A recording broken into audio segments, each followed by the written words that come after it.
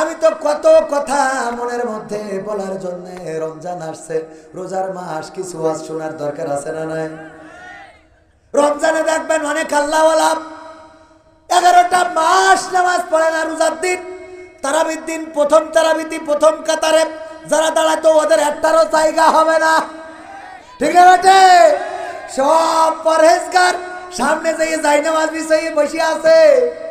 যারা এতদিন 5 ওয়াক্ত নামাজ পড়েছে একটারও সামনে জায়গা নাই, সামনের কাতার আল্লাহওয়ালাদের দখলে। পীর সাহেবরা এইবার বলে, এই হুজুরির বেতন কিন্তু কম দিলি হবে না। ও বাবা, 11 মাস হুজুর খাতি পারল না, ওর বউ শুকাই গেছে, বাচ্চা দুধ পায় না, ও খোঁজ নিয়ে রোজার মাসে যে কয় হুজুরির বেতন কম দিলে হবে। কত বড় পরেজগার আছে না নাই? তাদের জন্য শুধু এতটুকু বলবো, ভাইরা আমার, বুঝার বিষয়।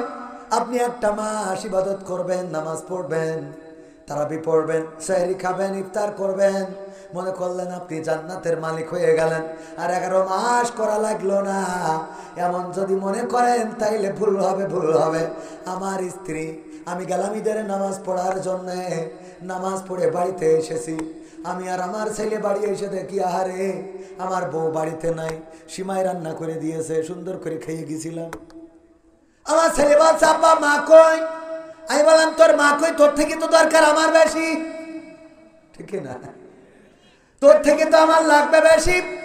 আমি তো সারা শীতকাল ওয়াজ করে বেড়ালাম, আর রোজার মাসে তো এখন ঈদ পার হইলো আর তোর মার খুঁজে পাচ্ছি না। বলতেছে, আব্বা আমি কি পূব পাড়ায় দেখে আসবো? বললাম, যা দেখে আয়। আমি গেলাম পশ্চিম পাড়ায়, খুঁজে পেলাম না। তারপরে উত্তর পাড়া, দক্ষিণ পাড়া সব খোঁজা হয়ে গেল, পালাম না। সন্তান বলছে, আব্বা মা কনে গেল গো রে, মা কনে রে। আমি বললাম, বাবা টেনশন করো না, তোমার মা নাই তাই কি?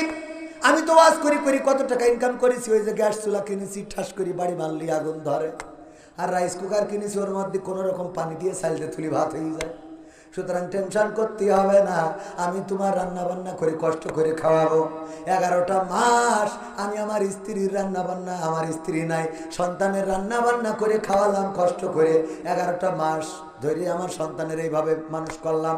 হঠাৎ করে যেদিন রমাদানের চাঁদ উদয় হয়েছে, আমার পিছন থেকে এসে সালাম দিচ্ছে একজন রমণী, আসসালামু আলাইকুম ইয়া স্বামী ইয়া কবির বিন সামাদ। বললাম, তুমি কিডা? কষ্ট, আমি তোমার স্ত্রী। তুমি স্ত্রী? কিডা? আমি তোমার বউ। চিনতে পারছাও না? আমি বললাম, চেনবো কি করে? 11টা মাস কনে ছিলে? কই কেন? গোটা রোজার মাস আমি তোমার সেহরি গরম করে দিলাম, তোমার ইফতার বানিয়ে দিলাম, তোমার গরমে পাখা দিয়ে বাতাস করে দিলাম, তোমার তারাবির নামাজের জন্য যাই নামাজটা এগিয়ে দিলাম। একটা মাস আমি তোমার খেদমত করার পরে যেদিন শাওয়ালের চাঁদ উদয় হয়েছিল, ওই দিন আমি চিন্তা করলাম 1 মাস তো তোমার ভালোই খেদমত করেছি, আর এই 11টা মাস আমি একটু তোমার ওই যে বন্ধু বান্ধব যারা ওদের সাথে লাইন মেরেছিলাম, ওদের আমি 11 মাস খেদমত করে আসলাম। এখন কেন এসেছো? ওই যে আবার রোজার চাঁদ উদয় হয়েছে, এই জন্য তোমার সারি রান্তি আসিছি, তোমার ইফতার বানাই দেব, তোমার পাখাতে বাতাস করে দেব গরমে, তোমার তারাবির সময় যাই নামাজ ডাগাই দেব, তোমার সাহরির সময় গায়ে ধাক্কা দিয়ে ডেকে দেবো, ওঠো সাহরির সময় হয়ে গেছে, এই জন্যই আমি আবার ঘুরে আসিছি। আমি বললাম, খুকা তোর মার কি করবো? সাহরির জন্য ইফতারের জন্য দরকার আছে নাকি? বলছে, আব্বা ওই দিন বলিলে তোমার বেশি দরকার, আর আমি আজকে বলছি তোমার যতই দরকার হোক, তুমি যদি নিতে চাও তাও আমি চাইলে এই মার অন্তত বাড়ি ঢুকতে দেবো না। ঠিক না বেঠে? সুতরাং 11 মাস আপনি শয়তানের পদাঙ্ক অনুসরণ করবেন, আপনি নামাজ পড়বেন না, রোজা করবেন না, বিলকিসের সাথে লাইন মারবেন, পরকিয়া করে বেড়াবেন, আপনি অন্যায় অপরাধ মিছিল দিয়ে বেড়াবেন গাঞ্জাখোরদের পক্ষে, কোরআনের বিপক্ষে। আর যেদিন রমাদানের চাঁদ উদয় হবে, ওই দিন আল্লাহর ঘরে এসে বলবেন, আল্লাহ সেহরি রান্তি আসলাম, ইফতার করতে আসলাম, রোজার মাসে তো গুনাহ মাফ করে দাও, ঢুকেছি তোমার ঘরে। আমার আল্লাহ ফেরেশতাদের বলে, কি করবো ওদের? ওরা তো 11 মাস উল্টো পাল্টা করে বেড়ায়, আর এই রোজার মাসে ঢোকে, আবার ঈদের চাঁদ উদয় হলে আবার বেরোয় যায়, আবার ঢোকে, আবার বেরোয়, আবার ঢোকে। আল্লাহর ফেরেশতারা বলে, আল্লাহ 1 বার 2 বার 3 বার ক্ষমা করা যায়, আর ওর মসজিদেও যতই ঢুকুক কপালে কালো দাগ ফেললু, ওর আর এই রোজা নামাজ কবুল করার দরকার নেই। কথা কি বোঝা গেছে? তাইলে আমরা আগামী রোজার মাস আমরা আত্মশুদ্ধির মাস হিসাবে যারা রোজা রাখতেন না অথবা মাসে একবার ওই যে বছরে একবার মসজিদে যেতেন তারা নিয়ত করতে হবে এই রোজার মাসে আল্লাহ যদি আমাদের রোজা পর্যন্ত বাঁচান আমরা ঢুকবো আর এই মসজিদ ছাড়বো না। এই ওয়াদা কি করা যাবে? কারা কারা রাজি দেখতে চাই? নারায়ে তাকবীর। বুঝে শুনে হাত উঁচু করেন, খালি হাত উঁচু করলে পারেন হাত নামান, বুঝে শুনে হাত উঁচু করতে হবে। অনেকেই আবার মনে মনে করছে হুজুর যতই বলুক আমরা তো পেরে উঠবো না, হুজুর সন্তুষ্ট করে হাত তুলি। ও আমার ভাইয়েরা সন্তুষ্ট করে হাত তুললি খুশির থেকে বিপদ বেশি হইতে পারে না, পারে না। হুজুর কালেকশন করতেছে 50,000 টাকা দেবেন এমন কে কে আছেন? তো একজন সারাদিন রিক্সা চালাইছে, ও খুব ক্লান্ত হয়ে গেছে, ও ঘুমায় পড়িস মাহফিল এসে। তো হুজুর যে কালেকশন করছে ও তো ঘুমের মধ্যেই বুঝতে পারেননি। হুজুর বলে 50,000 টাকা যে দেবেন তার মা বাবার জন্য দোয়া করে দেবো, জান্নাতে চলে যাবে, জান্নাতুল ফেরদাউসে থাকবে। কে আছেন একটু হাত উঁচু করেন। যত সুর দিয়ে বলে কেউ হাত উঁচু করে না, করে না, করে না। হুজুরের মিজাজ গেছে খারাপ হয়ে, গরম দিয়া শুরু করেছে, মানে চড়াও হয়ে গেছে। এই 50,000 টাকা দেওয়ার মতো একজনও কি নাই? হাত উঁচু করেন। কত ছিল ঘুমায়, হঠাৎ জায়গায় ঠিক পরে হাত ও মনে করছে হাত, মানে আগের লাইনগুলো শুনতে পাইনি, শুনিয়েছে হাত উঁচু করেন, ওই আগের লাইনগুলো ঘুমের মধ্যে চলে গেছে। নাম কি? ওবায়দুল কাদের। আল্লাহ ওবায়দুল কাদের 50,000 টাকা করলো দান। বাড়িয়ে দাও, সম্মান নিয়ে খায়াত দাও, পিতা মাতা দাদা দাদি নানা নানি আল্লাহ জান্নাতুল ফেরদাউসে রেখে দাও। বলেন আমি। হাত তুলি বলছে আমার কাছে তো 50 টাকাও নেই যে বিড়ি কিনে খাবো। হুজুর দোয়া করে দিলে কয় হাজার টাকার, আমার তো 50টা টাকাও পকেটে নাই যে আমি এক প্যাকেট আকিস বিড়ি কিনে খাবো। আহারে এখন এই মানুষের মধ্যে যদি বলি হুজুর টাকা নাই, তাইলে তো আর এক বিপদ। যা দোয়া করে করুক। হুজুর আরো কায়দা করে দোয়া করে দিলে পরের দিন প্রিন্সিপালের কাছে এসে বলছে প্রিন্সিপাল বিপদে তো পড়ে গেছে, কি হয়েছে? গতকালকের মাহফিলে হুজুর যখন হাত উঁচু করাইলো আমি আগের লাইন শুনিনি কি বলেছে, হঠাৎ হাত উঁচু করলাম, ঘুমাইছিলাম, শুনলাম যে খালি বললো হাত উঁচু করেন, উঠে পরে হাত উঁচু করিস। অসুবিধা কি? অসুবিধা হলো আমার নাম সেই ওবায়দুল কাদের, যার নামে 50,000 টাকা দোয়া করে দিয়েছ। কথা অসুবিধা কি? অসুবিধা কি? আমার 50টা টাকা তো অসুবিধা কি? নেই যখন দিতে পারবা না, ভুল করে তুলে ফেলিস ঘুমের উঠে, তাও অসুবিধা আছে। কিসের অসুবিধা?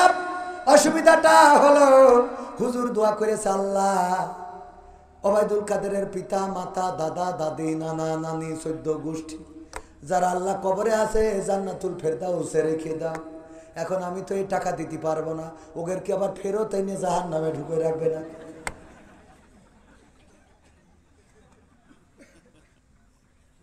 এমপিরা সব কোথায় গেল? মন্ত্রীরা সব কোথায় গেল? কোথায় কাদের কাকা? তাদের সারা দেশটা এখন লাগে ফাঁকা ফাঁকা। পালাবো না, প্রয়োজন হলে ফখরুলের বাসায় গিয়ে ঠাকুর গাঁয়ে বাসা আছে না, জায়গা দেবে। পালাবে না, পালাবে না, যাই না তবু দেখা। পালাবে না, পালাবে না, যাই না তবু দেখা। তাদের সারা দেশটা এখন লাগে ফাঁকা ফাঁকা, ওদের সারা দেশটা এখন লাগে ফাঁকা ফাঁকা। আইন মন্ত্রী আটকে গেল আইনেরই ফাঁকে, দাড়ি ছাড়া দরবেশের ভণ্ড ভণ্ড লাগে। এখন আবার দাড়ি বড় হয়েছে না হয় নাই? আজকেও দেখলাম পিছনে হাত করা, পিছনে হাত নিয়ে হাতে হাত করা পরাইছে। এতদিন হাত করা পরায় নাই, ডান্ডা বেড়ি তো এখনো পর্যন্ত পরায় নাই। আমরা বলেছিলাম আমার আলেমদের হাতে হাত করা, তাদের পায়ে ডান্ডা বেড়ি, এখানেই তারা ক্ষান্ত হয় নাই। বৃদ্ধ আলেমেদিন তাদেরকে যদি চিকিৎসার জন্য হাসপাতালে নিয়েছে, তাও তাদের হাতে হ্যান্ডকাপ এবং ওই খাটের সাথে লক করে রেখে দিয়েছে। যেই বুড়ো মানুষটা দৌড়াতে পারবে না সেই মানুষটার হাতে হ্যান্ডকাপ, আবার খাটের সাথে তালা মারা, পায়ে ডান্ডা বেড়ি, মাজার সাথে রশি বাঁধা। ওগো আমার ভাইয়েরা, এত নির্যাতন এত বেইজ্জতি তাদেরকে করা হয়েছে। আর এখন এই আল্লাহর ওয়ালাদের হাতে হাত করাও পরাতে চায় না, পায়ে ডান্ডা বেড়িও পরাতে চায় না। তবে আজকে দেখলাম যে তাদের হাতে বিচারপতি, ওই যে কি যেন বিচার মন্ত্রী না আইন মন্ত্রী ছিল আনিসুল, তার হাতেও হাত কড়া পরাইছে না পরাই নাই? আন্দোলন যদি অব্যাহত থাকে তাইলে শুধু হাত করা নাই, যারা কোরআনের খাদেমদেরকে ফাঁসির কাজটা ঝুলিয়ে এই দুনিয়া থেকে বিদায় করেছে, আল্লাহ তাদেরকে এর থেকে বড় বেইজ্জতি করবেন। ঠিক না বেঠে? কারণ আল্লাহ আছে না নাই? আব্রাহা গেল কাবা ঘর ধ্বংস করার জন্য, আব্দুল মুত্তালিবের উটগুলো নিয়ে গেল। আব্দুল মুত্তালিব যে বললেন আমার উটগুলো দিয়ে দাও, আব্রাহা বলল অবাক হয়ে গেলাম, ওগো আব্দুল মুত্তালিব, তুমি এসে তোমার উটগুলো চাইলা, কিন্তু তুমি আর আমি তুমি শুনেছি তুমি কাবা ঘর দেখাশোনা করো, তুমি কাবা ঘরের রক্ষণাবেক্ষণকারী, অথচ তুমি কাবার ব্যাপারে কোনো কথা বললা না। বলল আমি কেন কথা বলবো? কয় কেন বলবা না? কারণ কাবা তো তোমার দায়িত্বে রয়েছে, কাবার চাবি থাকে তোমার কাছে। কয় আমি কাবার চাবি বহন করি, আমি ঝাড়ু দিই, আমি সেখানে পয় পরিষ্কার করি, কিন্তু কাবার মালিক আমি না। আমি ছিলাম উটগুলোর মালিক, এই জন্য আমি তোমার থেকে উটগুলো নিতে এসেছি। কাবার মালিক হলেন আল্লাহ, আল্লাহর যদি প্রয়োজন হয় তোমার থেকে কাবাটাও রেখে দিবেন। আল্লাহু আকবার! বিশ্বাসটা কেমন? আমি উটের মালিক, উটগুলো দিয়ে দাও। কাবার মালিক আমি না, কাবার মালিক কে? আল্লাহ কাবার মালিক। সুতরাং সেই কাবার মালিকের কাছে, আল্লাহর কাছে আমি আল্লাহর কাছে কাবা রেখে গেলাম। কাবার গ্লাস ধরে, কাবার দরজা ধরে ফরিয়াদ করলেন, ওগো আল্লাহ, আমার তো ক্ষমতা নাই আব্রাহার বাহিনীর সামনে দাঁড়াবো, সুতরাং তুমি আব্রাহার বাহিনী মোকাবেলা করতে পারো, তোমার ঘরের যদি প্রয়োজন হয় তুমি রেখে দিও, আমি যেমন করে উটগুলো ছাড়িয়ে এনেছি। আল্লাহ রাব্বুল আলামিন যাকে যাকে পাখি পাঠালেন আর কঙ্কর নিক্ষেপ করলো, পশুর চর্বি তো ভুসির নাই হয়ে গেল। সূরাটার নাম কি? সেই আল্লাহ যে আছে না নাই? সূরার নাম সূরা, কেউ কয় সূরা আলাম তারা আছে। সূরা আলাম তারা বললেও বলেন, অনেকে এই সূরার নাম বলতে পারে না, বলে সূরা ফাতিহা পড়েন, পারে না। আমি বললাম পারেন কোনটা? কয় সূরা আলহামদুল সূরা পারি। কোন সূরা? আলহামদুল সূরা পারি। বললাম সূরা ইখলাস পড়েন, কয় ওইটা হবে না। কোনটা হবে? কয় কুলহু সূরা হবে। কে সূরা? ওগো আমার ভাইয়েরা, অনেক কথা, সব কথা শোনাতে চায়। আইন মন্ত্রীর গানটা শোনানোর দরকার আছে না নাই? ওবায়দুল কাদেরের গান শোনানোর দরকার আছে না নাই? আমার যুবকেরা এসেছে, ওদের জন্য তুমি যার লাগিয়া এমবি ভরো তার তো বাটন ফোন। কত গান আছে, আরে আর বিপ্লবী গানগুলো যদি শোনায় তাইলে রক্ত টকবক করে ফুটতে পারে। ওগো আমার ভাইরা, কিন্তু দুঃখজনক হলো আজকের এই মাহফিলে আপনাদের উপস্থিতি লজ্জাজনক উপস্থিতি। এমন উপস্থিতি আমার মনে হয় বর্তমান সময়ে বগুড়ার এই ঐতিহ্যবাহী মাহফিলের উপস্থিতি দেখে অন্য মাহফিলগুলো লজ্জা পেয়ে যাবে। অন্য মাহফিলে প্যান্ডেলে জায়গা ধরে না, গেটের বাইরে দাঁড়াতে হয়। প্যান্ডেলে যদি ওই যে পর্দা করা থাকে সেগুলো খুলে দিতে হয়। আর এখানে আপনারা যারা করলেন এটা সত্যি বেইজ্জতির। আমার জন্য নয়, কোরআনের জন্য অন্তত এই মাহফিলে আসা দরকার ছিল না, ছিল না? কোরআনের জন্য যদি মনে করেন না যাব না, ঐতিহ্যবাহী মাহফিল আপনার অঞ্চলের, সেই ঐতিহ্য মাহফিলের অন্তত এসে বসা দরকার ছিল না, ছিল না? ছিল। কিন্তু আমি দেখলাম যেই এলাকায় যত পরহেজগার সেই এলাকায় তত ভেজাল। কথা কয় না? মসজিদের ইমাম সাহেব ছুটিতে যদি গ্রামে যায়, ওই গ্রামে দেখবেন ওই মসজিদে ওরা দেখা যায় না, অথচ যেই মসজিদে ইমামতি করে সবাইরে বলে নামাজ পড়া যেমন ফরজ, জামাতের সাথে পড়া তেমন ফরজ। এই কথা বলবে, আবার নিজে যখন ছুটিতে গ্রামে থাকে তখন নিজের গ্রামের মসজিদেও সে জামাতের সাথে নামাজ পড়ে না। দেখেন 100টায় 10টা খুঁজে পাবেন যে ঠিক আছে, বাকি 90টা তার মধ্যে আমি একজন। আমারটা সাথে রেখে বলবো আর আমার সাথে নিয়ে গুনবেন, যা করবো অন্যায়ের মধ্যে প্রথম কাতারে আমার দেবেন, দিয়ে তারপর গুণা শুরু করবেন। এত বড় পরহেজগার না আমি, মনে করেন না। বসাইছেন সুর ভালো, কণ্ঠ ভালো, ওইটা যদি যে কেউ করতে পারে, ও আপনার হিরো আলমও যদি এসে বলে ওরও চাহিদা হবে। কথা কয় না, কারণ এখন তো কার আমল কতটুকু, এলেম কতটুকু, ওইটা দিয়ে ওয়াজ শোনে না। শোনে শোনে আমির হামজাকে ভালোবাসে কার জন্যে? কয় আল্লাহর জন্য। কার জন্যে? কয় না আল্লাহর জন্য ভালোবাসি। তো আমির হামজার দিন লোক বেশি হয়, বজলুর রশিদ আঙ্কেলের দিন লোক বেশি হয়, বাড়ির রশিদের দিন লোক কম হয়। কথা কয় না? ঠিক বলছি না বে? ঠিক বলছি। হ্যাঁ, তাইলে কি আল্লাহর জন্য হইল? তো মিথ্যা। আমি বলি, আমার অনেকে এসে বলে, হুজুর আল্লাহর জন্য আপনাকে ভালোবাসি, মুখ দিয়ে বিড়ির গন্ধ এমন বের হয় যে মনে হয় যে তুই তোর ভালোবাসাতে আমার পদত্যাগ করা উচিত। ঠিক না ভাই? ঠিক। এরকম দুর্গন্ধ আল্লাহ লোক আছে না? নাই। আল্লাহর জন্য ভালোবাসে, বিড়ি ছাড়তে পারে না। আল্লাহর জন্য আমি কই, ভাই নামাজটা কি পড়েন? তা কয়, না ভাই নামাজটা ভাই পড়া হয় না, মিথ্যে বলবো না, শুক্রবারে যাই ভাই। আল্লাহর জন্য ভালোবাসলে আপনার মসজিদে দেখা যাবে, আমার সামনে কুলাকুলি করতে লাভ নেই। কথা কয় না? আল্লাহর জন্য ভালোবাসলে তারা কোনে দেখা যাবে? মসজিদে। তার আমার সামনে ভালোবাসে, মুখের দুর্গন্ধ এত যে আমাদের ওই যে আকিস কলেজিয়েট স্কুলের ইংরেজি টিচার ছিল, এখন উনি রিজাইন দিয়েছেন। ওনার এক চাচা ছিল, আমার সাথে বলতেছে, কই ভাই একটা দুঃখের কথা বলি, আমার চাচা ছিল সমবয়সী, তো তারে বিয়ে দেওয়ার পরে চাচা একদিন বলতেছে, তোরা এমন বিয়ে দিয়ে আনলি, তো চাচি তো আমার ঠোঁটে কিস করতে দেয় না। কি করতে দেয় না? মানে চুমো খাইতে দেয় না। বাবা, এটা কি খারাপ কাজ? স্ত্রীর ঠোঁটে চুমো খাওয়া সোয়া, বলেন সুবহানাল্লাহ। সেদিন দেখলাম কোন হুজুর বললো যে নিচের ঠোঁটে, আমাদের শরীফুল ইসলাম ভাই বললো যে নিচের ঠোঁটে চুমো খালি নাকি একটা কবুল হবে, সোয়াব হবে। তা আমি খামাকে এবার নিবন্ধন করেছি। ওটা নিবন্ধন করার পরে শুনেছি 6 লাখ টাকা খরচ করে আমার যাই থাকবে, এখানে বাড়িতে রয়েছে। তো নিচের ঠোঁটে দিন 2, 10টা 5টা হজ হয়। ঠিক না ভাই? ঠিক। কথা কয় না। আমার শরীফুল ভাইয়ের ওয়াজে আমি সেদিন শুনলাম, আমি সত্যি বলছি, ওয়াজ আপনারা সার্চতে দেখেন, বললো নিচের ঠোঁটে চুমো খালি নাকি কবুল হাজার সত্য। আমি বলছি, তা নিবন্ধন করলাম কেন আমি? আবার টাকা দিতে হবে 6 লাখ টাকা, 30,000 তো এমনি গেছে। এবার হজ আল্লাহ কবুল করুন, বলেন আমি। লস হয়ে গেল না? যাই হোক, এটা কি খারাপ কাজ না? বলতেছে কিস করে না, বলতেছে চাচা তাইলে যেহেতু সমবয়সী চাচিরে কি জিজ্ঞেস করবো, কয়টা করিস তুই? তো চাচির বলছে, চাচা একটা অভিযোগ করলো, তো ঠোঁটে নাকি কিস করতে দাও না, কি সমস্যা কি?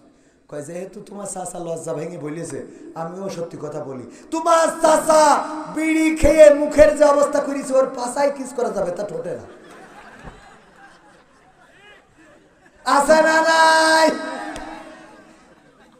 ওর ঠোঁটের থেকে পাশা ভালো আছে, কারণ পাশায় তো তাও হেগে পানি দিয়ে সুইচে আসে, ঠিক কিনা? আর বিড়ি খেয়েও শোষে বলেন, পানি খরচ করে, বিড়ি খেয়েই ধাম করি ফেলাই দিলে। হাগলি তো তাও সুইচে কায়দা করি পরিষ্কার করি আসে। এরাম বিড়ি খর, আল্লাহ হেদায়েত করুন। আমরা যারা আছি আগামীতে বিড়ি খাবো না, কিরা হাত উঁচু করেন। বিড়ি খাবেন না কারা? হ্যাঁ, এতগুলো লোক বিড়ি খান এখনো? হ্যাঁ, ও খান না, খাবেনও না, তাই তো? আমি বললাম খান, আজকে তো নিয়ত করলেন, ছেড়ে দিলাম। স্টেজে প্রায়ই বলি, আজ এখানেও বলে দেখি, যদি জাল পাইতলে মাছ তো বাঁধতেও পারে। হ্যাঁ, পানিতে কি মাছ দেখা যায়? তারপরেও যে মাছ ধরে সে জালটা পেতে রাখে, যে যাতে করে মাছ। এখানে এমন কেউ কি আছেন যে বিড়ি খান আর খাবেন না? হাত উঁচু করে দেখাতে পারবেন যে আমি হুজুর খাই আর খাবো না? ওই যে আমার একজন ভাই, নাম কি ভাইজান? বিড়ি খায় আর খাবে না। আচ্ছা, নাম আমি শুনতে না। আর কেউ আছেন সাহস করে যে তওবা করেন আল্লাহর জন্য, আপনার স্ত্রীর জন্য? আমি তো বলি, এই স্ত্রীরা ঘর সংসার কিভাবে করবে আপনার সাথে শুয়ে? ও তো যে আপনার ঠোঁটের কাছে ঠোঁট তো দূরের কথা, আপনার মুখও ফিরেই তো শুতে পারেন। ঠিক না ভাই? ঠিক। কারণ ঘুমায় যখন ও তো মনে করে, আল্লাহ তুমি আমার এর থেকে বড় শাস্তি দিতে, তাও ভালো ছিল, কি দিছে? শুধু তাই না, নামাজের মধ্যে আমার মন বলে যে যখন ইমাম সাহেব বলে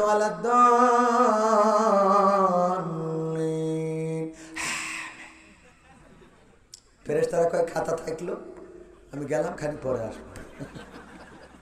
এখন লেখবো না, তুই আগে পড়িয়ে নে, তারপর লাস্টে এসে লেখবো। এখন তুই যা করেছিস তোর সোয়াবের খাতায় যে লেখবো, যা বেরোইলো মুখ দিয়ে, আমি লেখবো কি? একজন পাইলাম, দ্বিতীয় কোন ব্যক্তি কি আছেন বিড়ি খান, ধূমপান করেন। আবার বিড়ি খাওয়ার কথা কইলে কয় হুজুর বিড়ি খাওয়া ছাড়বো, কিন্তু সিগারেট ধরবো।